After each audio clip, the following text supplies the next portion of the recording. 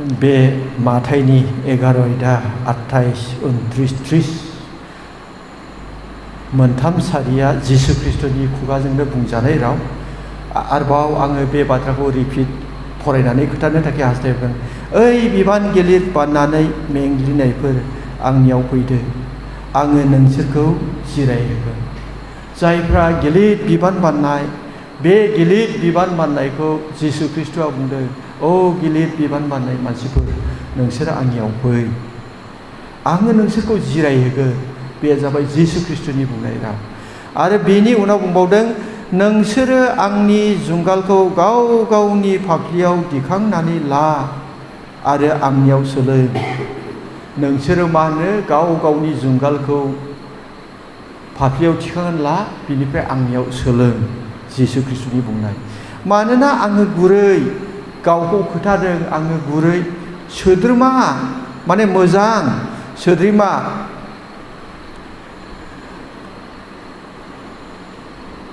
जुंगालखौ गाव गावनि फाफ्लियाव दिखांनानै ला आरो आंनियाव सोलों, मानोना आं गुरै आरो जिउआव सोद्रोमा। नोंसोरो आंनियाव जिरायनाय मोनगोन।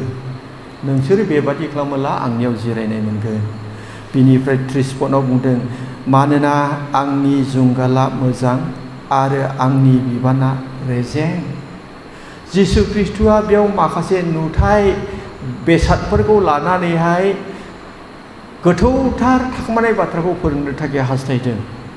बेयावहाय बिबान गिलिर बाननाय होननानै बुंदों जिसु ख्रिस्टआ। ओइ बिबान गिलिर बाननानै मेंग्लिनाय मानसिफोर, नोंसोरो आंनियाव फै, आङो नोंसोरखौ जिरायहोगोन। बे जाबाय जिसु ख्रिस्टनि स्पिरिचुवेल आत्मिक बिषयावहाय जों फोथायारिफोरखौहाय जिउनि गोजोननाय, जिउनि होनायखौहाय जिरायहोनो थाखाय जिसुनि लिंनाय। बेनिफ्राय बिनि उनावहाय दं जाबाय, नोंसोरो आंनि जुंगालखौ आरो गाव गावनि फाफ्लियाव दिखांनानै ला आरो आंनियाव सोलों। नोंसोरो मा होनो? आंनि जुंगालखौ, फोरबोनि जुंगालखौ, जुंगाल होनना जों बयबो मिथिगौ, हाल एवनायाव जायखौहाय नाखि मोसौनि गोदोनाव बानहोयो बेखौनो जुंगाल होनो। जिसु ख्रिस्टआ बुंबाय, नोंसोरो आंनि जुंगालखौ गाव गावनि गोदोनाव बाननानै ला आरो आंनियाव सोलों। बे जुंगालखौ जों बाननानै लानांगौ। बिनिफ्राय फोरबोआ बुंदों, बिनिफ्राय आंनियाव सोलों होननानैहाय। ओमफ्राय आरो गावखौ बुंबावदों, मानोना आङो गुरै आरो जिउआव सोद्रोमा। जिसु ख्रिस्टआ गावखौ खोथानो थाखाय आं गुरै, आं मोजांथार, गावखौनो जिसु ख्रिस्टआ बुंदों। बिनिफ्राय 10 पदनि बुंनाया जाबाय, मानोना आंनि जुंगाला मोजां आरो आंनि बिबाना रेजें। जिसु ख्रिस्टनि जि जुंगाल जोंखौहाय गावबा गाव फाफ्लियाव बाननानै लानो थिनदों, बे जुंगाला मोजांथारनो। बे जुंगाला मोजां, बिनिफ्राय रेजेंबो होननानै जिसु ख्रिस्टआ बुंदों। दा बे 4:3 बे बाथ्राजों जिसु ख्रिस्टआ जोंखौ स्पिरिचुवेल जिउआरि हिसाबै मा फोरोंनो हास्थायदों? प्रथमावनो बियो जोंखौ मा होनो? जिरायहोनो थाखाय आह्वान खालामनाय, लिंनाय जों नुनो मोनदों। बिबान गिलिर बाननाय मानसिफोर, जेब्ला बिबान गिलिर बानो अब्ला मानसिया मा अबस्था जायो? दानि गथ'फ्रा बुजियालाबो जों बेखौ मोजाङै मिथिगौ। जोंबो बिबान बानबोबाय, मिलाव माइ सौनो लांबाय, दुब्लिनिफ्राय माइ रोगाबाय, गोबां बिबानफोर थिखांबाय, दाहोनाफोरजों आंबो गोबां मावख्रुबफाबायदों। माबादि जायो बिबान गिलिर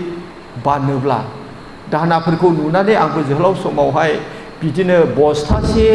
माइखौहाय आं थिखांनो नाजाबायदों, हास्थायदों, आंबो ट्राइ खालामदों आरोखि। सानसेखालि हाया प्रथम थिखांनानैहाय मा जादों? आङो फागरावनो गारनोथ' रोङाखिसै आं आदा सुलायान। माइयाखौ थिखांबाय, खुनुरुखुम थिखांदों आङो, गारनो रोङाखिसै, खिन्थु आखमाव गारना लादों आङो। आखमावसो गोलैदों, 2 मन माइया आखमाव गोलैदेरनांगौला माथो जागोन? आसि बिमायानो हायाव गोदोलायदों। ओरैबायदि 2 मनजों नाख्लायनायनि जाबाय नालाय, बेसेबां हेभि।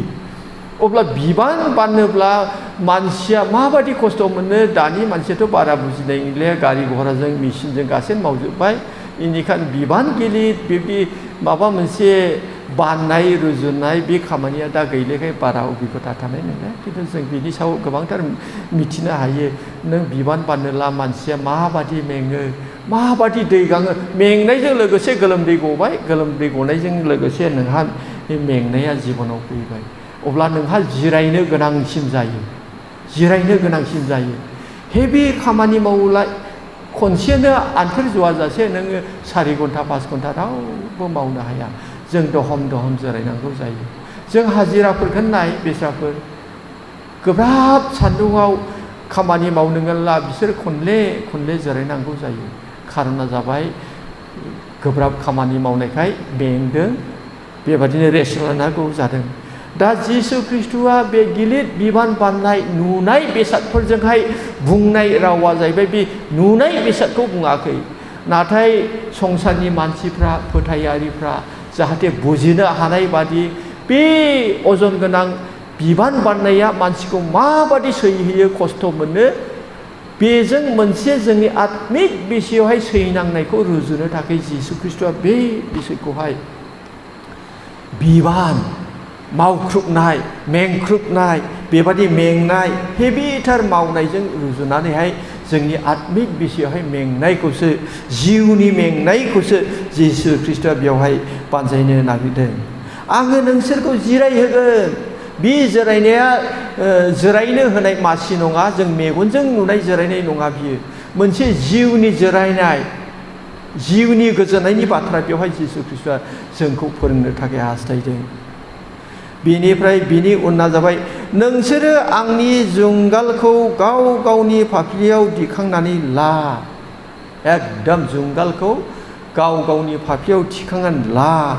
बे जुंगाल होननाय सोदोबा मोनसे बेसादना जाबाय बियो मोनसे खामानि बिबान बार्डेनखौहाय बेयाव बुजायनाय जादों जोंनि दायथ' बिबानखौ बेवहाय बानजायनाय जादों बेनिफ्राय बिनि उनाव मानोना आङो गुरै आरो जिउआव सोद्रोमा नोंसोरो आंनियाव जिरायनो मोनगोन जुंगालखौ गाव गावनि फाफ्लियाव दिखांनानै ला आरो आंनियाव सोलों बे सोलों बुस्थुआनो जोंनोहाय स्रा खालामो जे बियो मेगनजों नुनाय जुंगाल नङा नाथाय बियो सोलोंनाय बाथ्रा बे जिउनि बाथ्रा जोंहा गोबां जिउनि सोलोंनांगौ बाथ्रा दं शास्त्रनि बाथ्रा सोलोंनांगौ दं जिसु ख्रिस्ट'आ बे जिउनि बाथ्रा फोरोंनाय बाथ्राखौसो लानानै बे जुंगालखौ बुंनो थाखाय हास्थायदों बे जुंगाला जाहैबाय जोंनि मावनो गोनां माखासे बिबानफोर दङ जुंगालाखौ गोदोनाव बानहोयो मोसौनो बिनिफ्राय बेजोंसो नांगोलनि इसखौहाय जुंगालाव फोनांनानैहाय मोसौजों हाल एवो बे जुंगाला मोनसे एकदमबारे हालुवानि गोनां हाल एवनायनि बयनिख्रुइ गोनांसिन मोनसे आगजु नों जुंगाल नङाब्लाबो लाबानो जोंनि जायगायाव बेबायदि हाल एवनायखौ नुनाय नङा हाल एवनांगौब्ला जुंगाल नांगौ बे गोनां मोनसे आगजु बे आगजुजों जिसु ख्रिस्ट'आ जोंनो बिबानखौसो दिन्थिदों जोंनो बिबान खामानिखौसो दिन्थिदों नोंसोरो आंनि जुंगालखौ गावबा गाव फाफ्लियाव बान जोंखौहाय जिसु ख्रिस्ट'आ बे जुंगाल सोदोबजोंहाय मावनो गोनां दायथ' आत्मिक बिषयनि दायथ' बिबानखौ बुजायनो थाखाय हास्थायदों आरो जोबनायनि 30 पदनि बाथ्रा बेनोमोन मानोना आंनि जुंगाला मोजां आरो आंनि बिबाना रेजें बेयाव आरो जिसु ख्रिस्ट'आ जोबनायाव बुंबावदों आंनि जुंगाला मोजां माने इसोरनि होनाय बोसोन जिनाखि दायथ' बे दायथ' इसोरनि बोसोनफ्रा बियो मोजांथार आरो आंनि बिबाना रेजें जोबनायाव बुंबाय रेजें अनजाग्रा ख्रिस्ट' लोगोफोर आं बेजोंनो जिसु ख्रिस्ट'आ मानसिफोरखौहाय बे फोथायनाय जिबनाव गोबां समयसाजों मेंग्लिनाय थाखा फैसा जोबस्रांनानै जिउआव बायग्लिनाय गोसो बायग्लिनाय बेमार आजारावहाय गोग्लैनानैहाय गाजानाय सोखाजानायखौ मोना गोसो बायग्लिनाय न'खर उन्नति खालामनो ओंखारदों उन्नति खालामनो हाया बेसे गिलिर बे बुस्थुआलाय बिराद गिलिर बे बिसयफ्रा दा आङो आरामै मोनजानायखाय साख्रि मावनानै मोनजानायखाय बे बिसयफोरखौ मोनहानो बिराद गोब्राब नाथाय जायफ्रा बेबादि थाखा जोबस्रांजादों बेमार आजारजों जायफोरनि बेमारा सोखाजायाखै जायफ्रा फिसा फोरोंनायनि सम जाबाय उन्नति जाया बेल' नङा सानथ्र'हायै प्रब्लेमफोर दङ बे प्रब्लेमा जाबाय मोनसे गिलिर अजन बिबान मोनसे बुस्थुआ जेरैबादि गिलिर बे गिलिर बुस्थुखौ नोङो बाननानै लायोब्ला बियो नोंखौ मेंहोयो सैहोयो गोलोमदै गहोयो दै गांहोयो गोबां खस्थ' मोनो गोबां मानसिनि जिबनाव ख्रिस्टान लाइफआव बेबादिनो बे प्रब्लेमफ्रा गेदेर मोनसे बोजा हिसाबैहाय ख्रिस्टान जिबनाव सैहोनानै दङ बेनिखायनो बे बिदिन्थिफोरखौ लानानै जिसु ख्रिस्ट'आ नैबे जिउनि सैनांनाय आङो सान्दों मोनसे मोजांथार ख्रिस्टान जिउ खुंनायसै नाथाय आंनि अभाबफ्रा आंखौ हाया खालामदों बे खोथायाबो नंखाय नङा दे माखासे मानसिनि जिबनावहाय बे अभाबखौ लानानै धालि खथा खालामनो हायाखै बिनि गोसोआ अभाबावनो नोजोर नांनानै बेयावनो दिगुर नांनानैहाय फोरबोनि फारसे सिखांनो हाया जादों मेरला मानसिफोर बेबादि दङ खायसे बेमारजोंहाय माबा माबि खारनावहाय थाखा फैसा जोबस्रांबाय गैथारा जालांबाय माबादि बिसिनि साननाय हनाया बेसेबां अजन जादों बेनिखायनो जिसु ख्रिस्ट'आ बे गिलिर बिबानजोंहाय बेबादि प्रब्लेमफोरखौ रुजुनो थाखाय हास्थायदों बेसेबां मानसिफ्रा मोखां सोराङाखै मण्डलि गंसेयाव गोबां मानसिफोर दङ आदा सुलेन जायनि मोखांफ्रा सोराङाखै जायहा रंजानो हायाखै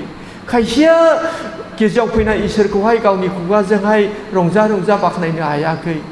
दिनै आरजनि मोनाबिलिमोन आरज खालामनो फैनो हायाखै नैबे बिबान गिलिरानो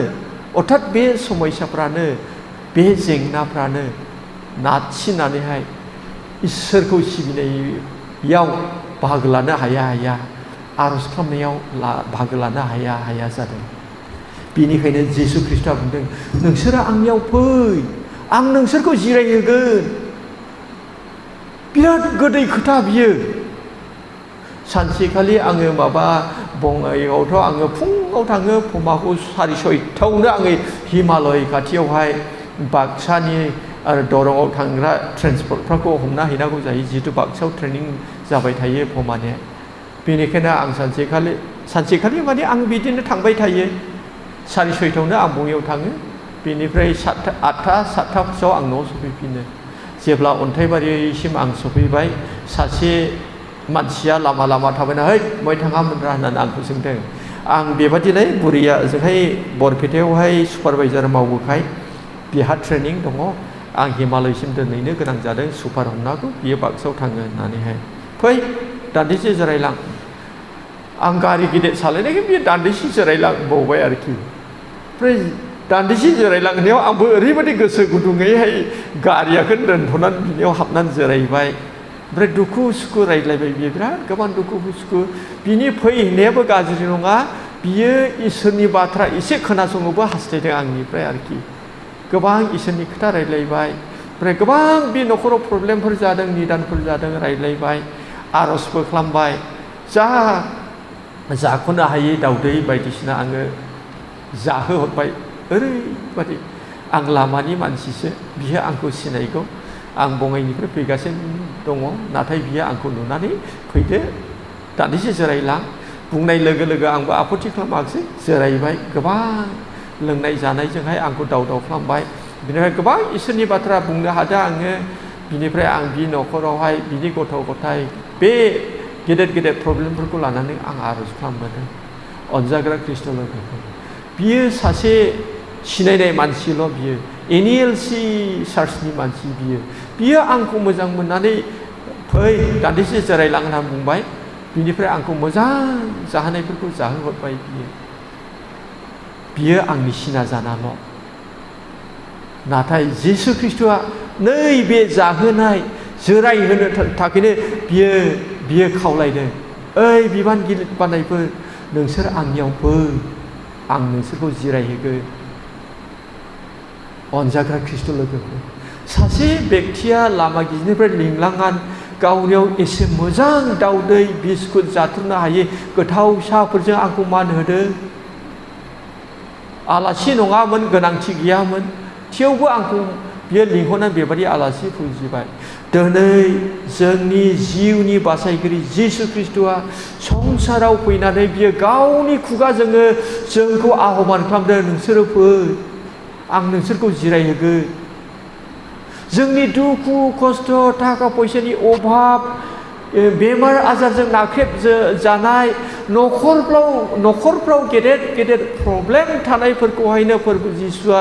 गिलिर बिबान रुजुनानै जोंखौहाय आह्वान खालामदों नोंसोरो फै आं नोंसोरखौ जिरायहोगोन जोङो बे बाथ्राखौ खोनासंनानै फैयोब्ला फोरबोआ जोंखौ माबायदि जिरायहोगोन सासे मानसिया आंखौ लामानि मानसिखौनो बेबायदि गोथाव जाहोनाय गोथाव साहा लोंहोनाय दाउदैजों लोगोसे बिस्कुट बेबायदि दाव खालामदोंब्ला फोरबोआ गावनो जों साफ्रोमबो पापि मानसिफोरखौ समायसा गोनांफोरखौ उन्नति जानो रोङैफोरखौ बेमार आजार गोनांफोरखौ न'खरावहाय गोजोननाय गैयैफोरखौ बियो गावनो जिरायनो लिंदों नोंसोरो आंनियाव फै मानोना आङो मा होननानै बुङो गुरै आरो सोद्रोमा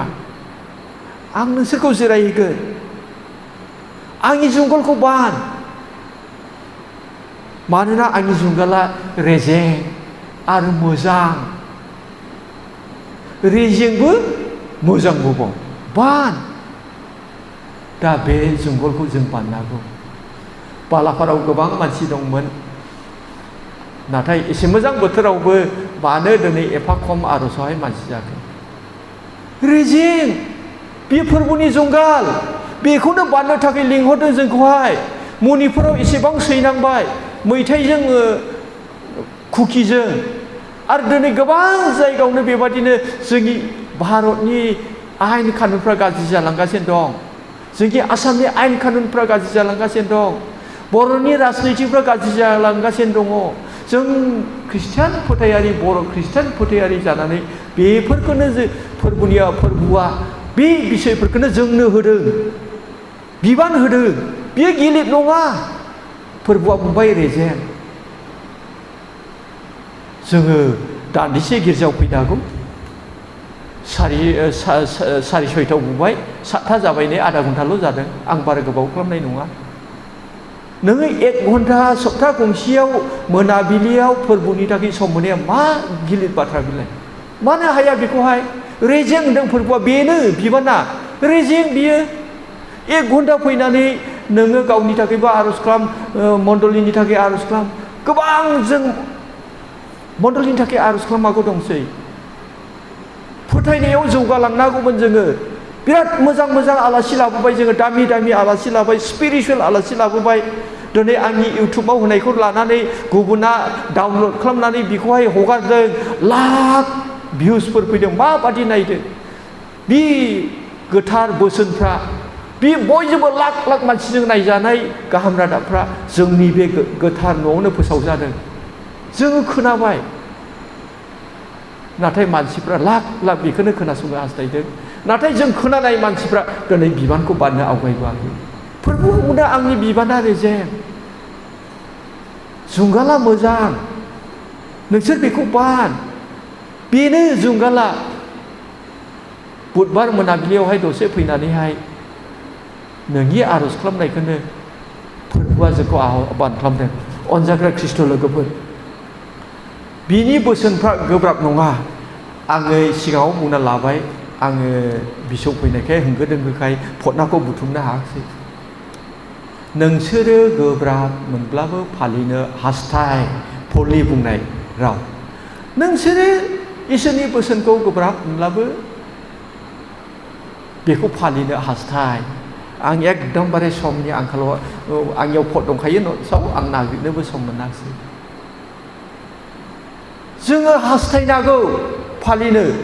आरो बे थिमथि जोलावखौ बुंदों थिमथिखौ मा बुंदों बियो प्रथम थिमथि 4:7 इसोरखौ खुलुमनायाव गावखौ सर' खालाम बे बुधबार गिर्जायाव आर'ज खालामफैनाया खुंफ्रोमबो बुधबाराव आर'ज खालामफैनाया जाबाय बियो मोनसे मोजांथार प्रग्राम बेखौ नोङो गोब्राब मोनदोंब्लाबो नोङो मा खालाम मावफुंनो हास्थाय आरो मोजां आखलफोरखौ मा खालामबाय नै थिमथि जोलावखौ पौला सर' खालाम मोजां आखलफोरखौ सर' खालाम बियो मोजां आखल गिर्जा हाबनाया आर'ज खालामनाया मोजां आखल बियोखौ जों सर' खालामनो हागौ नाथाय गोबां मानसिफ्रा सर' खालामाखै एसे मेंदों आरामसे फेनाव फांखाव जिरायदों मबाइल नायदों हयथ' टिभि नायदों बेसेबां कम्फर्ट आरामदायक गोजोनाव थादों नाथाय नोंनि गोजोनाव थानाय सानसे नोंखौ निदानाव खोख्लैगोन गोबां सैताना नोंखौ नोजोर होदों नों पात्तान मोनाखै बेनिखायनो अनजाग्रा ख्रिस्ट' लोगोफोर बे मोनाबिलियाव आं बेखौनो खनले थुलुंगानो हास्थायदों आंनि जुंगाला रेजें माने इसोरनि माखासे बोसोनफोर दङ जेरैहाय आं 1 नम्बराव गुसुङै बुंबावनोसै बाइबेल फरायनाय जों साफ्रोमबो ख्रिस्टानफ्रा बाइबेल फरायनांगौ बाइबेल फरायनांगौ होननानै बे नङा जे आं सानफ्रोमबो 1 घन्टा फरायगोन 2 घन्टा फरायगोन बा गोबाव फरायनांगौ बेबो नंजोबा इसोरा नोंखौ हालुवा हिसाबै खालामबाय इसोरा सोरखौबा गारि सालायनानै जाग्रा खालामबाय इसोरा सोरखौबा बिजनेस खालामबाय नोङो इसोरनिफ्राय मोननाय बोर बादि नों मावनानै जा नाथायथ' नोङो खमसे खम बाइबेल फराय देवबारावथ' फरायनो हायो नोङो बे रेजें जुंगाल बे जुंगाला रेजें बे बोसोना रेजें आं बिमाफोरखौ बुंदे बिफाफ्राथ' ओरैनो एखे थाबाय थाथारो मबाइल नायनानै थाबाय सोरबा सोरनिबा न'आव थांनानै आलाप मारिबाय सोरबाया बाजाराव थांनानै टाइम पास खालामबाय आंनि जुंगाला रेजें सप्तायाव खनसे बाइबेल फरायनाया मा गेदेर खोथा बिलाय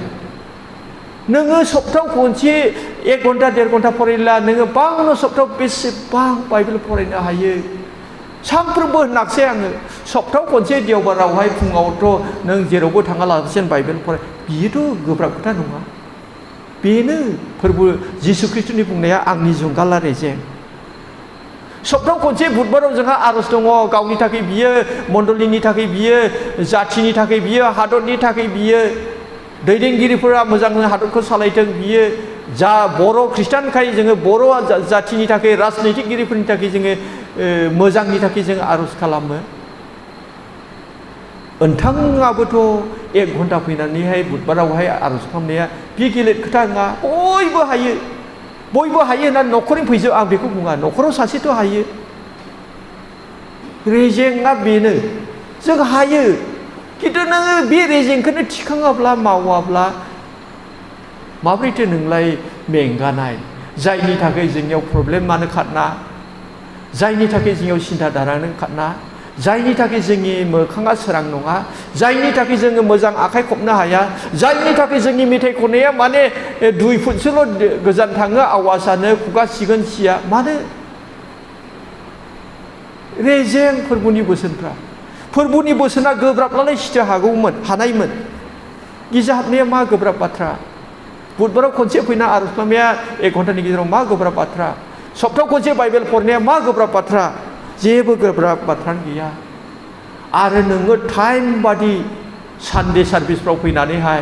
घन्टा बुनायनि सिगांनो फैनानैहाय नोङो दोंथाम दोंब्रैसो आखाइ खबनानै इसोरखौ बाख्नायनाया मा बेसे गिदिर खामानि बेलाय गोबां मानसिया माने घन्टा बुनायखौ नेनानै थायो जा स्टेन्डार्ड देलायग्लुं गांग्लुम जोंग्लुम खरस थांब्लासो गिर्जा हाबनो फैयो बेथ'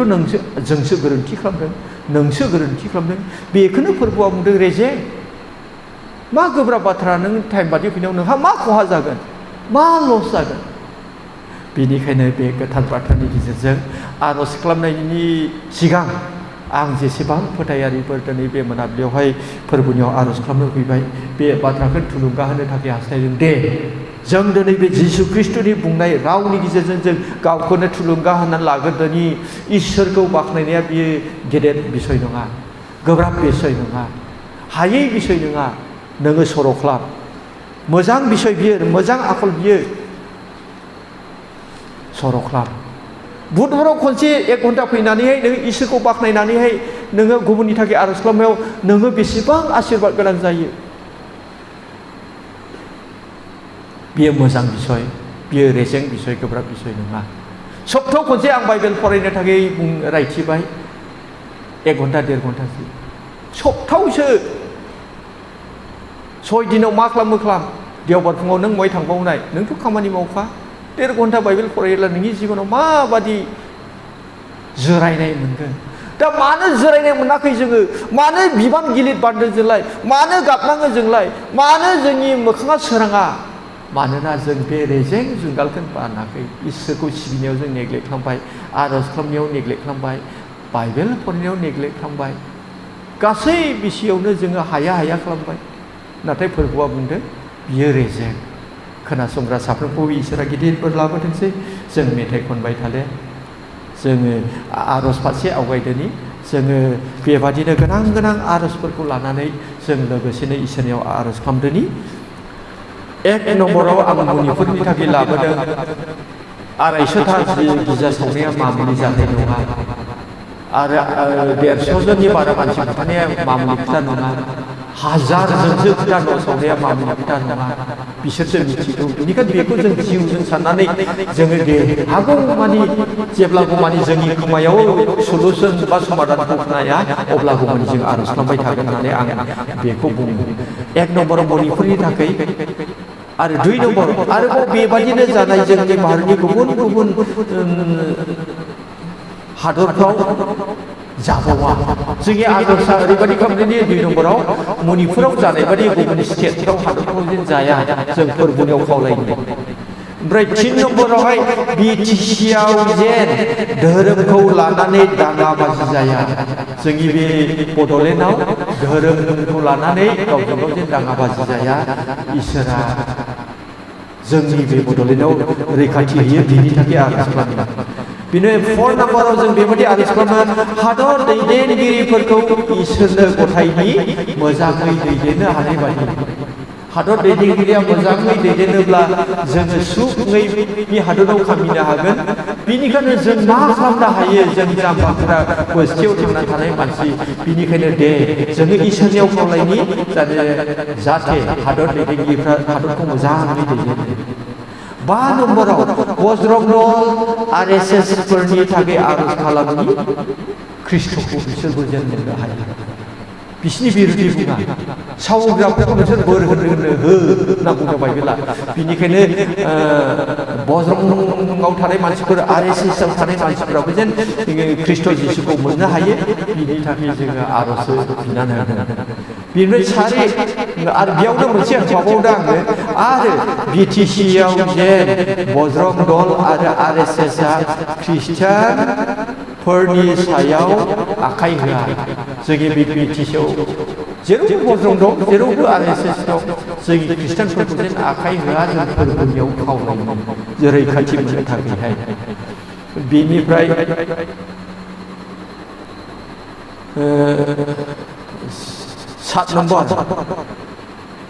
7 नम्बराव जोंनि मण्डलिनि साफ्राम फोथायारिया जेन दुथां मानसिफोरनि आखायाव गोग्लैया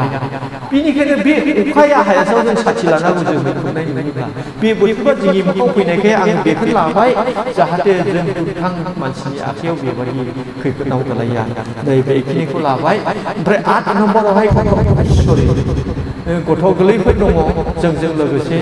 बिसोरो गेदेरफोर फैनो हागौमोन नाथाय गोरलैफोर फैदों बिनिखायनो बिसोरो जोंजों लोगोसे फैनायखाय बे गथ'फोरखौ नाम फारिनो बिसोरनि जिबनाव मोजां देहा मोजां साइस्थ' आरो बिसोरो फरायनायाव साक्सेस जाथों आरो बेनिखायनो नोंनि थाखाय बे आरजखौ खालामगोन आरो बे गथ'फोरनि थाखाय जोङो आरज खालामनायसै आं 8थासिम बुंबाय बेखिनियावनो दोनगोन आङो बेनेडिक्सन आमिनखौ लागोन बिनिफ्राय सोरबाफोर होदेरनांगौ दङब्ला अननानै बुंनो हासिगोन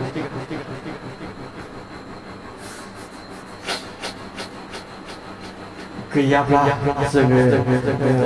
बयबो रानिमोन नोंसोरबो मोनथिदो आरज खालामदो जे नोंसोरनि थाखाय आरज खालामगोन जोङो लोगोसेनो